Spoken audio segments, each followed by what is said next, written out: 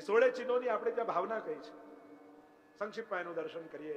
એ ચરણની ભાવના કરતા કહ્યું શ્રી વલ્લભના ચરણારવિંદ કેવા.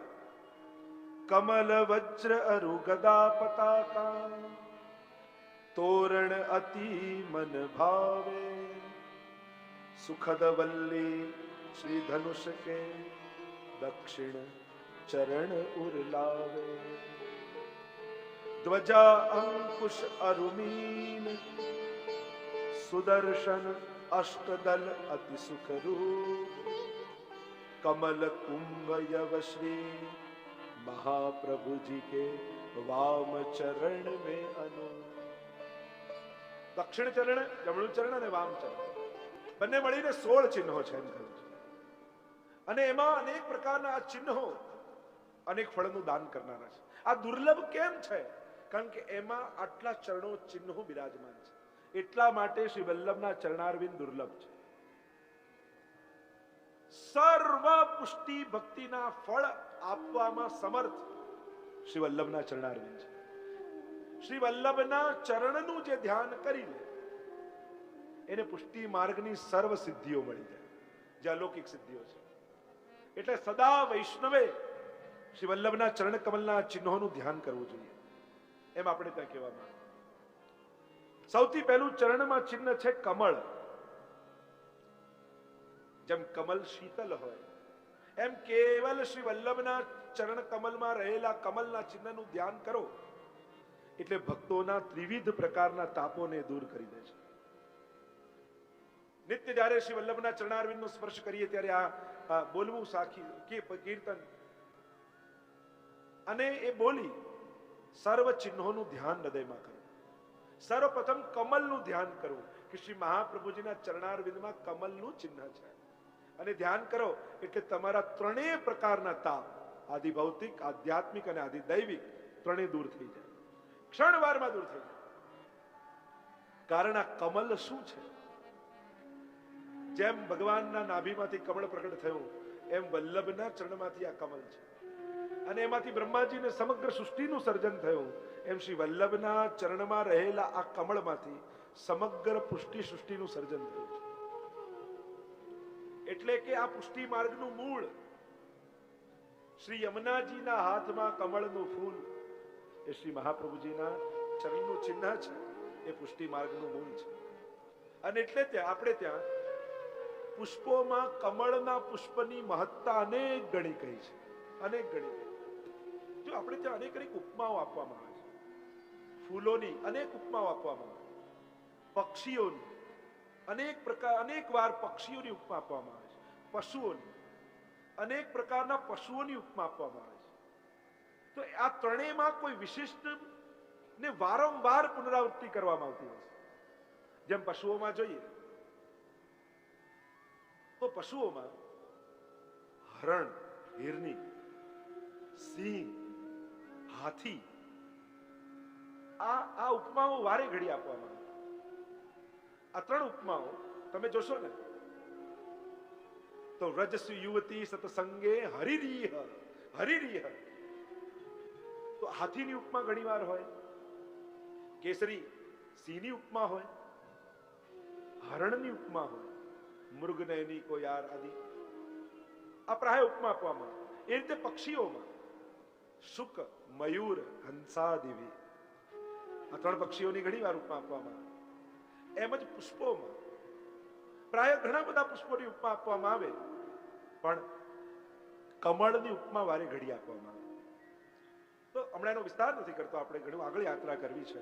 તો એ કમલની ઉપમા પ્રાય દરેક જગ્યાએ આપવામાં આવે. પ્રભુના મુખ માટે, હસ્ત માટે, ચરણ માટે, નેત્રો માટે અનેક જગ્યાએ કમલની ઉપમા વારે ઘડી આપવામાં. તો શ્રી મહાપ્રભુજીના ચરણારવિંદમાં ચિહ્ન પેલું કમળનું છે. એ ત્રિવિધ તાપોને દૂર કરવા વાળું છે. બીજું વજ્રનું છે. જે મોટા મોટા જેમ પહાડો હોય એ વજ્ર કાપી નાખે એમ પાપોના પહાડો ખડકાયેલા હોય. કેવળ વજ્રનું સ્મરણ કરો અને સમસ્ત પાપોને નિર્મૂલ કરી દે. આગળ ગદાનું ચિહ્ન છે. એ અજ્ઞાન, અહંકાર સર્વને નિવૃત્ત કરનારું છે. જો આપણે ત્યાં તો 4 આયુધ પણ ઠાકોરજી ધરે છે ને, શંખ, ચક્ર, ગદા, પદ્મ. તો આપણને લાગે કે આપણા તો રાસેશ્વર પ્રભુ છે, એમને આ આયુધોની શું જરૂર? શંખ પણ છે ને એ વાદ્ય નથી, હો, આયુધ છે.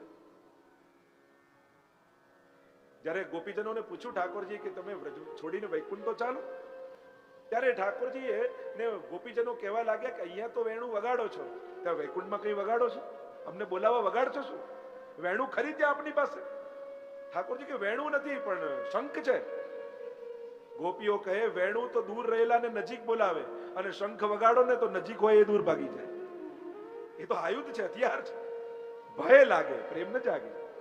તો ચારે આ રાસેશ્વર કૃષ્ણ આપણા તો પુષ્ટિ પુરુષોત્તમ, પછી આ શંખ ચક્ર ગદા પદ્મનું કરે છે શું? તો કહ્યું અમારા ઠાકોરજી આયુધ લઈને નથી બેસતા. તો પછી આ ચક્ર શું છે?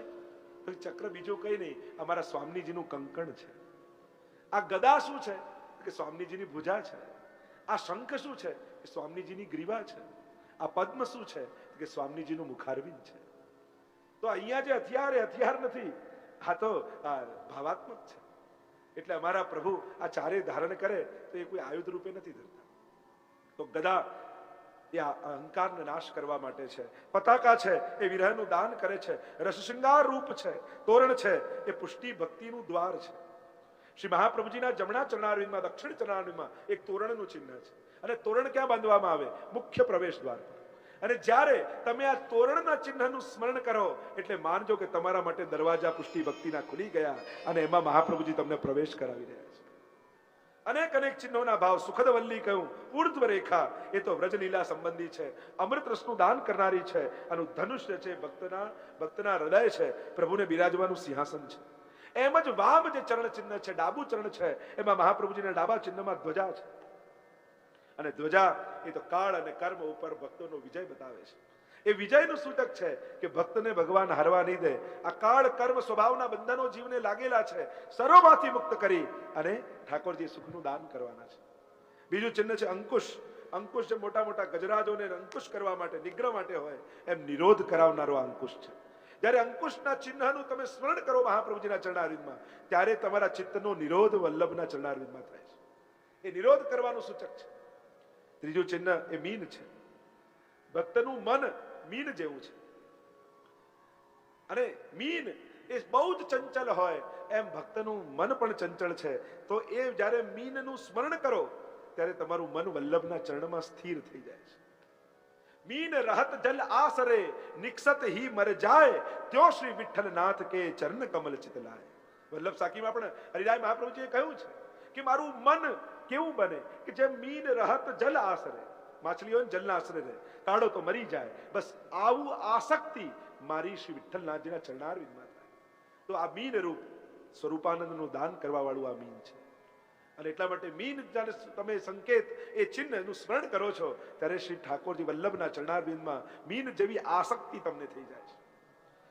ચરણારવિંદમાં સુદર્શનનું ચિહ્ન છે અને સકલ અનિષ્ટોનું નિવારણ કરનારું સુદર્શન છે. એ સુદર્શન ભક્તોની રક્ષા માટે છે. એમ મહાપ્રભુજીના ચરણારવિંદમાં રહેલા સુદર્શનનું તમે સ્મરણ કરો, તમારા સમગ્ર પ્રતિબંધો નિવૃત્ત થઈ જાય અને આવતા ભક્તિમાં આવતા પ્રતિબંધો નિવૃત્ત થઈ એ માર્ગ ખુલી જાય છે ભક્તિનો. આગળ કહ્યું અષ્ટદલ છે, અષ્ટ ઐશ્વર્યોને આપનારું છે. કમળ છે એ કમળ કાળ ચક્ર છે, રાસ વિલાસ કરાવનારું છે.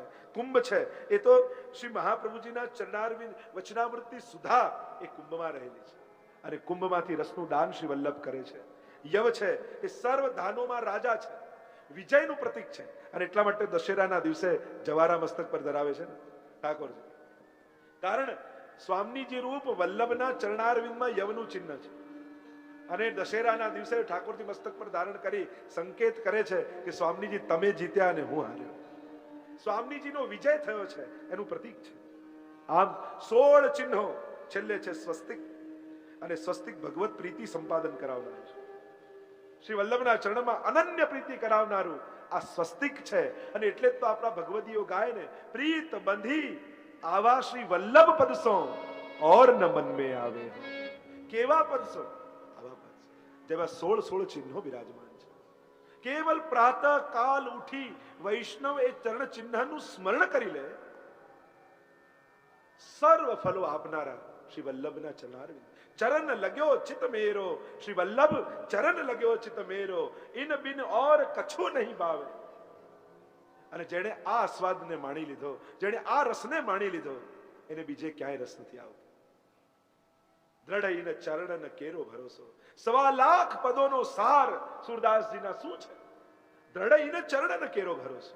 આવા ચરણારવિંદ પર ભરોસો, આવા ચરણારવિંદ પર પ્રીત, આવા ચરણારવિંદ પર શ્રદ્ધા. ચરણારવિંદ પર તો અનેક કીર્તનો રચાય, પણ એ ચરણારવિંદની મહત્તાને જ્યારે જાણીએ ત્યારે ખ્યાલ આવે. આ 16 ચિહ્નો જ્યાં બિરાજે છે કે એ વૈષ્ણવના હૃદયમાં રહેલા સર્વ મનોરથોને સિદ્ધ કરનારા છે. આ છેલ્લું સ્વસ્તિક ચિહ્ન પરમ પ્રીતિનું સંપાદન કરાવનારું છે.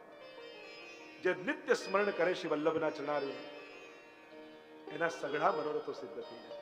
કલ્પવૃક્ષ સમાન શ્રી વલ્લભના ચરણારવિંદ છે. શ્રી વલ્લભ કલ્પદ્રુમ ફલ્યો, ફલ લાગ્યો વિઠ્ઠલેશ. ગોપાલદાસજી પણ વારે ઘડીએ તીર્થ સકલ સનાત કીધા ચરણ રેણુ સમાજ. ભૂમિ ભાગ્યમ ગુસાઈજીએ કહ્યું, એ ભૂમિ પણ પોતાના ભાગ્યની સરાહના કરે છે કે આ ચરણારવિંદનો મને સ્પર્શ મળી રહ્યો છે. કોમલ પદ જ્યાં કમલ વિલસે ધન્ય કહું તે દેશ. એ ભૂમિ ધન્ય છે જ્યાં આવા ચરણારવિંદનો સ્પર્શ થયા છે. આપણે બધા ભાગ્યશાળી છીએ, એ ભૂમિ ઉપર આપણે છીએ જ્યાં વલ્લભના ચરણારવિંદ આ પૃથ્વી પર પડ્યા છે. અને એટલા માટે શ્રી ગુસાઈજી પ્રભુ ચરણ કહે, દુર્લભાંદ્રી સરોરુહ. કમળ જેવા કોમળ ચરણારવિંદ અતિ દુર્લભ છે. કારણ કે એની મહત્તા જ એવી છે કે મોટા મોટા દેવો પણ જે ચરણારવિંદને પામી નથી શકતા, એ સહજ સુલભ વૈષ્ણવને થયા છે. અને નિજજનોને જ શ્રી વલ્લભ આવા ચરણારવિંદનો સ્પર્શ આપે છે. એવા ચરણારવિંદને વંદન કરી શ્રી ગુસાઈજી પ્રભુ ચરણ આગળ નામ કહેતા આજ્ઞા કરે. ઉગ્ર પ્રતાપાય નમઃ, ઉગ્ર પ્રતાપાય નમઃ, ઉગ્ર પ્રતાપાય નમઃ, ઉગ્ર પ્રતાપાય નમઃ, ઉગ્ર પ્રતાપાય નમઃ. ઉગ્ર પ્રતાપાય નમઃ. આપ ઉગ્ર પ્રતાપ વાળા છો, આપ સમર્થ છો, સર્વ સમર્થ. એટલે આપનું સામર્થ્ય એવું છે કે આપનો પ્રતાપ બલ એ પુષ્કળ અનંત છે, અનંત પ્રતાપ વાળા છે. ઉગ્ર એટલે ક્રોધી નહીં હો. ઘણા લોકો ઉગ્ર એટલે એમ માને. ઉગ્ર એટલે પુષ્કળ અનંત, અનંત સામર્થ્ય વાળા છો. અને આપનો એવો પ્રતાપ છે. આપ પ્રસંગો જુઓ મહાપ્રભુજીના જીવન ચરિત્રમાં. જ્યાં જ્યાં આપ પધાર્યા છે, એ ઉજ્જૈન પધાર્યા હોય કે જગન્નાથપુરી પધાર્યા હોય કે કૃષ્ણદેવરાયની સભામાં, વિદ્યાનગરમાં સર્વવાદીઓ જ્યારે બિરાજમાન થયા હોય ત્યારે એક એકના મતનું ખંડન કરી આપે આપનો ઉગ્ર પ્રતાપ બતાવે છે. એ જ્યારે યંત્ર લગાડ્યું હોય યવને, અને ત્યારે મહાપ્રભુ યંત્રને ફેરવી આપનો ઉગ્ર પ્રતાપ બતાવે છે. સર્વ સ્થાનોમાં આપ જુઓ કેવા કેવા વિદ્વાનો આપણી પાસે આવ્યા. એ સમયના પ્રકાંડ પંડિતો સામે, માયાવાદીઓ સામે ઉભા હોય અને મહાપ્રભુજીનું પ્રતાપ બળ એવું જુએ, નતમસ્તક થઈ અને ત્યાંથી આગળ વધી જાય. એવો ઉગ્ર પ્રતાપ શ્રી મહાપ્રભુજીનો છે. એવા શ્રી વલ્લભના સ્વરૂપને આપણે વંદન કરીએ. આગળ નામ કહું. વાક સીધો પૂરિતા શેષ સેવકાય નમઃ. વાક સીધુ પૂરિતા શેષ સેવકાય નમઃ. વાક સીધો પૂરિતા શેષ સેવકાય નમઃ. વાક સીધુ પૂરિતા શેષ સેવકાય નમઃ. વાક સીધો પૂરિતા શેષ સેવકાય નમઃ. વાક સીધુ પૂરિતા શેષ સેવકાય નમઃ. શ્રી વલ્લભનું સ્વરૂપ કેવું છે? પોતાના વચનામૃત દ્વારા નિજ ભક્તોને અંદર અને બહાર બધેથી રસ તરબોળ કરનારા શ્રી વલ્લભ છે. આપના વચનામૃતોની સુધા દ્વારા રસમય બનાવી દેનારા શ્રી મહાપ્રભુ. કુંભનદાસ આદિએ જ્યારે પ્રશ્નો કર્યા, મહાપ્રભુજી બહુ પ્રસન્ન થયા. પ્રભુ કેમ પ્રસન્ન થાય, એમના સુખનો વિચાર કેમ થાય? અને ત્યારે મહાપ્રભુજી આજ્ઞા કરેલી, આગે આવું કોઈ પૂછશે નહીં અને આગે કોઈ આવું બતાવશે નહીં. શ્રી વલ્લભની વાણી સાધારણ નથી, અલૌકિક છે. અને એ અલૌકિક વાણી સ્વરૂપાત્મક છે. શ્રી વલ્લભના મુખમાંથી સરેલા શબ્દો, અને એમાં પણ વેણુ ગીત પુનઃ યુગલ ગીત કી રસબર ખાબર ખાઈ પ્રગટ ભય માર્ગ રીત દિખાઈ. પદ્મનાભદાસજીની સન્મુખ ત્યારે મહાપ્રભુજી વચનામૃત કર્યા ત્યારે વંદન કરી દીધા કે આપની ગાથા, આપની કથા પ્રભુ આપ પોતે કહી રહ્યા હો, ત્યારે બાકી શું આપના. વ્યાસાશ્રમમાં જઈને જ્યારે વ્યાસજી સાથે એ યુગલ ગીતના શ્લોકો પર ચર્ચા વલ્લભની થઈ. એવા ભગવદીઓના ચરિત્રમાં તમે જો રસવાર્તા જ્યારે દમલાજી સાથે જ્યારે વાત કરતા હોય મહાપ્રભુજી, ત્યારે કહે, દમલા બહોત સમય હો ગયો ભગવત વાર્તા કીએ. ત્યારે ભાવ પ્રકાશમાં લખ્યું કે એમ તો રચનામાં થઈ રહ્યા છે, પણ દમલાજી સાથેની આપની એકાંતિક રસવાર્તાઓ કરે ઘણો સમય થયો એમ મહાપ્રભુજી સંકેત કરી રહ્યા છે. કારણ કે દમલાજી તો નિજ રૂપ છે, લલિતા રૂપ છે, અને એટલા માટે મહાપ્રભુજી એ રસવાર્તાઓ દમલાજી સાથે કરે છે. અને ત્યારે આમ વાર્તા દમલાજીની વાર્તામાં આવ્યું કે મહાપ્રભુજી દમલાજીને કહે છે કે બહુ સમય હો ગયો. અને આવી જયારે રસવાર્તા થતી ને, ત્યારે કૃષ્ણદાસ મેઘન આદિ બિરાજમાન હોય ત્યારે જે રસવાર્તાઓ થઈ હોય તો ગમે તેની પાસે જઈને કહી આવે. એટલે કોઈએ ફરિયાદ કરી મહાપ્રભુજી કે આ કૃષ્ણદાસ મેઘન આવી ગૂઢ રસવાર્તાઓ ગમે ત્યાં જઈને કહી આવે છે, પાત્ર હોય ન પાત્ર હોય. ત્યારે કૃષ્ણદાસ મેઘને બોલાવ્યા, મહાપ્રભુજી બોલાવ્યા, કૃષ્ણદાસ મેઘન આ વૈષ્ણવ શું કહે છે, આવી ગૂઢ રસવાર્તાઓ તમે ગમે તેની આગળ કહી દો છો. એટલે કૃષ્ણદાસ મેઘન કે આપ જેને મેં કહ્યું હોય એને બોલાવીને પૂછી લો. મહાપ્રભુજી એને બોલાવ્યા. કૃષ્ણદાસ મેઘને તમારી જોડે શું વાર્તા કરી કે આ કઈ કહેતા હતા ખરા પણ કઈ યાદ ન રહ્યું. ત્યારે કૃષ્ણદાસ મેઘને કહ્યું, જયરાજ આપની વાણી તેવી રસાત્મક છે કે નિજ ભક્તો સિવાય કોઈ સાંભળી બી લે ને તો એને સમજાય એવી નથી. ભલે એને સાંભળ્યું પણ એના હૃદયમાં હૃદયારૂઢ નહીં થાય. આપના મુખની વાર્તા જ એવી રસમય છે કે જેમ સિંહણનું દૂધ હોય એ સોનાના પાત્ર વગર રહી ન શકે, એમ આપની જે ગાથા, આપના મુખારવિંદથી નીકળેલા એ સરિતા, એ રસ, એ તો જે ભક્ત રૂપી સિંહણનું પાત્ર હૃદય હોય ને એના જ હૃદયમાં ટકે. બાકી સાંભળવા તો ઘણા આવે પણ ભગવાને બે બારી સામ સામે જ આપી છે, સીધું નીકળી જાય, એ હૃદય સુધી ન જાય. વેણુ ગીતની કથામાં પણ મહાપ્રભુજીએ સમજાવ્યું ને કે દેવાંગનાઓ આકાશમાં જઈ રહી છે, નાદ સાંભળ્યો ખરા, મૂર્છિત થઈને પડી ગઈ, કારણ કે નાદ પહોંચ્યો, સુધા ન પહોંચી. એમ જ અહીંયા ઘણીવાર સત્સંગમાં કોઈ ગૂઢ વાર્તા આવે પણ નાદ પહોંચે છે, સુધા બધા સુધી પહોંચતું નથી. કારણ કે દેવાંગનાઓ સામે ના આવી, સન્મુખ ના આવી, ઉપર રહી. અને એટલા માટે સત્સંગ જયારે સાંભળી સન્મુખ થઈ, દીનતા ભાવ રાખીને, દૈન્ય ભાવ રાખીને સાંભળવું, નહીં તો શબ્દો કાને પડશે, રસ નહીં પહોંચે.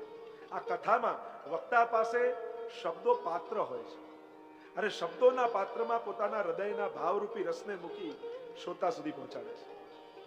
શબ્દો તો પાત્રો છે, એની ભીતર રસ છે. એટલે પાત્રો ઘણી વાર પહોંચે, પણ પહોંચે ત્યાં સુધી ઘણા પાસે પહોંચતા પહોંચતા પાત્ર ખાલી થઈ ગયું હોય. ખાલી કાન સુધી શબ્દો જાય, અંદર રહેલા રસ તો ક્યાંક ઢોળીએ દીધા હોય. અને એટલા માટે જયારે દેવાંગનાઓ આકાશમાં આવી વેણુનાદ સાંભળીને મૂર્છિત થઈ ગઈ, ત્યારે સુભદ્રીમાં મહાપ્રભુજીએ લખ્યું, કારણ એ સુધા નહોતી, એટલા માટે કેવલ શબ્દો હતા ને એટલે તાપ આપે. એમ જ આ રસવાર્તા શ્રી વલ્લભના મુખારમાંથી જે નીકળી છે એ તો જે નિજજનો છે એમને જ ભીંજનારી છે. એ જ જાણી શકે અને એ જ સમજી શકે છે. અન્ય કોઈ સાંભળે છે પણ એના રસને સમજી શકતા નથી. એવા શ્રી વલ્લભ છે, એમને વંદન કરીએ. આગળના શ્લોકનું ગાન કરતા શ્રી ગુસાઈજી પ્રભુચરણ કહે, શ્રી ભાગવત પીયુષ સમુદ્ર મથન ક્ષમ તત્સારભૂતરાસસ્ત્રી ભાવપૂરિત વિગ્રહ.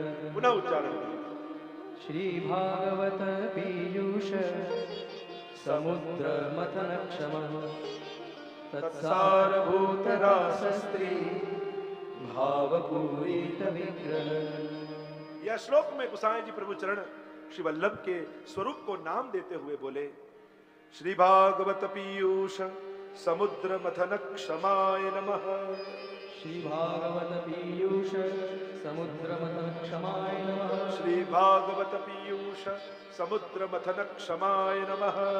श्री भागवत पीयूष समुद्र मथन क्षमाय नमः. श्री भागवत पीयूष समुद्र मथन क्षमाय नमः. श्री भागवत पीयूष समुद्र मथन क्षमाय नमः. श्री भागवत रूप पीयूष अमृत रूप, એ આ ભાગવત રૂપી સમુદ્ર કેવું છે? અમૃત રૂપ છે. નિગમ કલ્પતરોર ગલિતમ ફલમ શુકમુખાદ અમૃત દ્રવ સંયુતમ પીબત ભાગવતમ રસમાલયમ મુહુરહો રસિકા ભુવિ ભાવકા. ભાગવતજીમાં સ્વયં મંગલાચરણમાં સુખદેવજીએ પરિચય આપ્યો છે. એ પરિચય આપતા કહ્યું કે વ્યાસજી કહે છે મંગલાચરણ કરતા કે આ ભાગવત કેવું છે? નિગમ કલ્પતરોર. અને મહાપ્રભુજી સુબોધીમાં આજ્ઞા કરે છે, આ રૂપક નથી, કારણ કે ભાગવતજી એ સમાધિ ભાષા છે. અને એમાં રૂપક નથી. આવું વૃક્ષ લીલામાં બિરાજે છે એમ મહાપ્રભુજી આજ્ઞા કરે છે. કેવું? નિગમ કલ્પતરોર, વેદ રૂપી કલ્પ વૃક્ષ. કલ્પતરોર ગલિતમ ફલમ, અને એની ઉપર લાગેલું ગલિત ફલ, રસમય ફલ. ગાયત્રી જેનું બીજ છે, વેદરૂપી વૃક્ષ છે, ઉપનિષદો જેની શાખા પ્રશાખા છે, એની ઉપર લાગેલું આ ગલિત ફલ એ ભાગવતજી છે. કેવું છે? રસમાલયમ, રસનો આલય છે. સર્વ રસો જેમાં બિરાજમાન છે. કારણ કે રસો વૈશાની કથા છે, રસરૂપ પ્રભુ છે એની ગાથા છે, અને રસનો આલય છે. અને રસ જ્યાં આવે હોય ત્યાં જ ગતિ હોય, ત્યાં જ આનંદ છે. જ્યાં જેનો રસ ત્યાં એનો આનંદ. રસમાલય, ગલિત ફળ, તોડેલું, પડેલું, પાકેલું, આ તો ગલિત છે. જ્ઞાનકાંડ, કર્મકાંડ વેદમાં અનેક છે, પણ આ તો રસમય. નથી છાલ, નથી ઠળિયો. એટલે જ કહું પીબત, આજ્ઞાર્થ કર્યું, પીઓ આને. પીબતમ ભાગવતમ રસમાલયમ મુહુરહો વારંવાર પીઓ. તો આવા રસસાગર, આવો અમૃતનો રસસાગર, અમૃત રૂપ કહ્યું છે. એટલે તો પેલું સ્વર્ગનું અમૃત લઈને દેવતાઓ આવેલા અને આ પરીક્ષિતને કહેવા લાગ્યા કે તારે મૃત્યુનો ડર છે, એમ કર, આ અમૃત પી લે, અમર બની જશે. હવે બે અમૃત સામ સામે દેખાય. પિબંત્યમ તમ નખાંબુજમ અચ્યુતમ હરિકથામૃતમ. દસમ સ્કંદના પ્રારંભમાં પણ જ્યારે સુખદેવજીએ પૂછ્યું પરીક્ષિતને, તારે કે અન્ન જળ લેવું છે? અને ત્યારે પરીક્ષિત મહારાજે કહ્યું કે આપના મુખમાંથી જે અમૃત પીવું છું ને, કૃષ્ણનું કથામૃત, પછી આ કોઈ ક્ષુધા તૃષા મને લાગતી નથી. તો કથાને પણ અમૃત કહ્યું, અને આ સ્વર્ગનું અમૃત છે. દેવતાઓ લઈને આવ્યા, અમર થઈ જશે. અચ્છા, અભય થઈશ એ સંભવ નથી. આ દેવતાઓ, તમે બધાએ અમૃત પીધું, તમારો કામ, ક્રોધ, લોભ, મત્સર, ઈર્ષા, દ્વેષ આ બધું ગયું? દેવતાઓ કે ના, આ તો બધું છે. અરે સ્વર્ગમાં કરવાનું શું હોય? પૃથ્વી પર જે વસ્તુને પાપ કઈ છે એ જ સ્વર્ગમાં લીગલી છે. સ્વર્ગ અને ભૂતલનો ફરક જ નહીં. ત્યાં સુરાપાને થાય, નૃત્ય થાય, મદિરાપાન, આ બધું જ છે. જે પૃથ્વી ઉપર ના કહી છે, જેમ ભારતના સ્ટેટમાં હોય ને, અહીંયા પરમિટ નથી, અહીંયા પરમિટ છે, અહીંયા લીગલી, અહીંયા ઇનલીગલ હોય ને, એમાં 14 લોક છે. તો આ 7મા ફ્લોરે ફેસિલિટી નથી, પણ સ્વર્ગ લોકમાં જાઓ તો આ બધા પાપો ત્યાં વેલિડ છે. ફરક શું? પ્રવૃત્તિ છે એને છે, અને વૃત્તિ ન બદલાય. અને આ બધું પ્રવૃત્તિ બદલે રાખો, પણ જો વૃત્તિ નહીં બદલાય તો આ પ્રવૃત્તિઓ મારા પતનનું કારણ થઈ જશે. મારે મરીશ એ નિશ્ચિત છે, પણ મરીને દુનિયા નથી છોડવી, મારે તો જીવીને જવું છે. મોટા ભાગના લોકો મરીને દુનિયા છોડે છે. પરીક્ષિત કહે, મારે જીવનનો ઓડકાર લઈને દુનિયા છોડીને જવું છે. છોડવાનું દુઃખ નથી, આપી દેવાનો આનંદ લઈને જવું છે. મોટા ભાગના લોકો આટલું મૂકીને ગયા એવું રડતા રડતા જાય, પણ ભાગવત એ શીખવાડે છે, મૂકીને ગયાનો અફસોસ નહીં, આપીને ગયાનો આનંદ લઈને જઈએ છીએ. ક્રિયા એ જ છે. સમજણ બદલાય એટલે આનંદ બદલાઈ જાય. આપણે નક્કી કરવાનું, મૂકીને જવું છે કે આપવાનો આનંદ લઈને જવું છે. જો આ ભાગવતજી ને એ પ્રશ્નથી કૃષ્ણ તરફની યાત્રા છે. પ્રશ્નથી શરૂ થયેલી આ કથા કૃષ્ણ તરફ લઈ જાય, એ જ ભાગવતી કથા છે. તો આ ભાગવત રૂપી અમૃતનું સમુદ્ર. હવે સમુદ્રમાં બધી વસ્તુ કઈ બધાના કામની ના હોય. 3 જણા હોય સમુદ્ર પાસે જનારા. એક જણા એવા હોય જે કિનારે પડેલી રેતી ભેગી કરવા આવ્યા હોય. બીજા પ્રકારના એવા લોકો હોય કે કિનારે પડેલા છીપડાઓ વીણવા આવ્યા હોય. અને ત્રીજા પ્રકારના લોકો એવા હોય, કિનારે ન ઉભા રહે, અંદર ગોથું લગાવે, અને ગોથું લગાવી એ રત્નાકર છે ને સમુદ્ર, અને ભીતર રહેલા રત્નોને લઈને જાય. તો શ્રી મહાપ્રભુજી વિચાર કરે કે આ ભાગવત રૂપી સમુદ્રમાં અનેક ભાવ રૂપી રત્નો પડે છે. તો આ 3 પ્રકારના શ્રોતાઓ છે ને ભાગવતજીને. જે રેતી લેવા આવે એ લૌકિક આકાંક્ષાને લઈને ભાગવતજી પાસે આવેલો ભૌતિક શ્રોતા છે. જે છીપલા લેવા આવે એ મોક્ષની ઈચ્છાથી આવેલો આધ્યાત્મિક શ્રોતા છે. પણ જે ભાવરૂપી રત્નોને લેવા આવે એ આધિદૈવિક શ્રોતાઓ છે, જે ભાવરૂપી રત્નોને લઈ જાય છે. તો શ્રી મહાપ્રભુજી આ રસસાગરનું મંથન કર્યું ભાગવતજી.